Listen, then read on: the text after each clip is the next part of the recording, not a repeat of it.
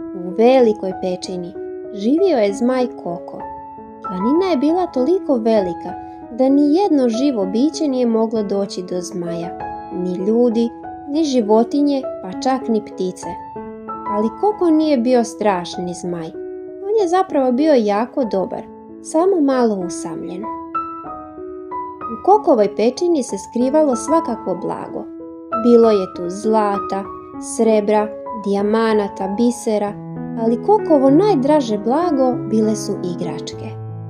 S vremenom ta velika pećina je postajala sve više puna i Koko je imao sve manje mesta, a to je bio problem jer je Koko veliki zmaj. Jednog jutra dok je Koko spavao, samo odjednom se srušila hrpa blaga, ravno Koku na glavu. I naravno to ga je uplašilo, pa je Koko skočio i sa repom i krilima srušio ostale hrpe. Cijela pećina je bila u neredu. Zmaj Koko nije mogao ni da se pomeri, a da opet nešto ne sruši. Od sveg tog nereda Koko je odlučio da skupi hrabrost i da izađe iz pećine. Skupivši svu hrabrost što je mogao, polako, korak po korak, i zmaj Koko bio je vani. Od zlatnog sunca koje se odbijalo od zmaja, izgledao je kao da bliska, a tople zrake su ga milovale po glavici. I ubrzo se na Kokovim ustima pojavio osmijeh, velik kao nikada do sada. Koko od straha od ljudi nikada po danu nije izlazio napolje. Priče o suncu je samo čuo, ali nikada vidio ni osjetio toplinu. I za zmaja ovo je bilo neverovatno. Toliko mu se svidilo da je odlučio od sada stalno biti vani. Ali stajati na vrhu planine je malo nezgodno, pa je odlučio odletiti na obližnju livadu. Velikim zamahom krila i zmaj je poletio visoko. Još zamah dva i već je bio kod livade. Ali ne znajući šta ga čeka, polako je sletio. A onda kad su mu oba dve noge dotakle travu, na zmajevom licu se pojavio još veći osmijeh i sjaj u okicama od iznenađenja kako je trava mekana i topla. Ali kako škakljika, to je bilo iznenađenje najveće. Travke su ulazile zmaju između prstića i sa svakim korakom ga škakljikale sve više i više. Zmaj se toliko smijao da ga je čulo cijelo obližnje selo i svi su dotrčali da vide šta se to dešava. Kada je zmaj napokon stao na jedno mesto i prestao se pomerati, tada ga je i travka prestala škakljikat. Ali u tom trenu je čuo ljude kako se smiju, pogledao oko sebe, a ono toliko ljudi oko njega da su zauzeli cijelu livadu. Zmaj se uplaši pa se skupi.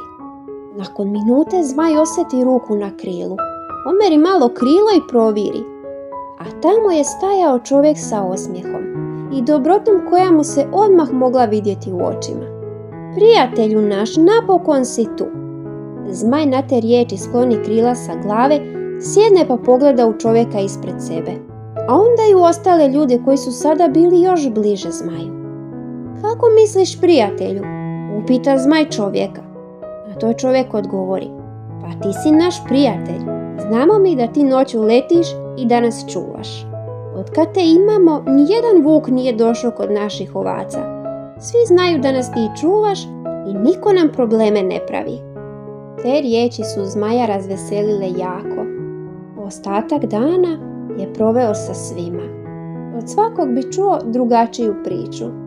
Puno priča je bilo o teškom životu, o djeci koja nisu imala igračke, o ljudima koji nisu mogli raditi na zemlji jer nisu imali novaca za popravak traktora i svih potrebnih strojeva.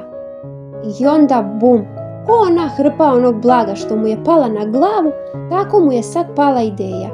Ustane se, raširi krila i poleti. Minut kasnije vrati se nazad, noseći pune ruke blaga.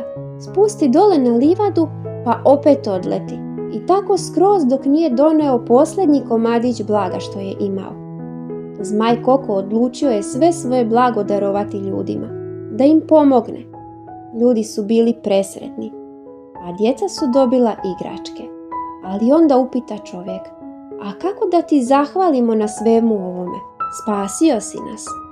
Zmaj se nasmije pa kaže: znate, ja jako volim jest voće i povrće. Ako možete posaditi malo za mene. Omiljen mi je kupus, brokula, špinat, mrkva, jabuka. Zaboravio sam kupus. Ne, čekaj, to sam već rekao. Svi su se nasmijali i Zmaju u zahvalu za pomoć sadili zauvek cijele njive povrća, velike voćnjake sa svakakim voćem. A Zmaj je našao svoj novi dom na livadi uz selo puno prijatelja. Sa osmijehom na licu Zmaj bi zaspao i budio se do kraja života.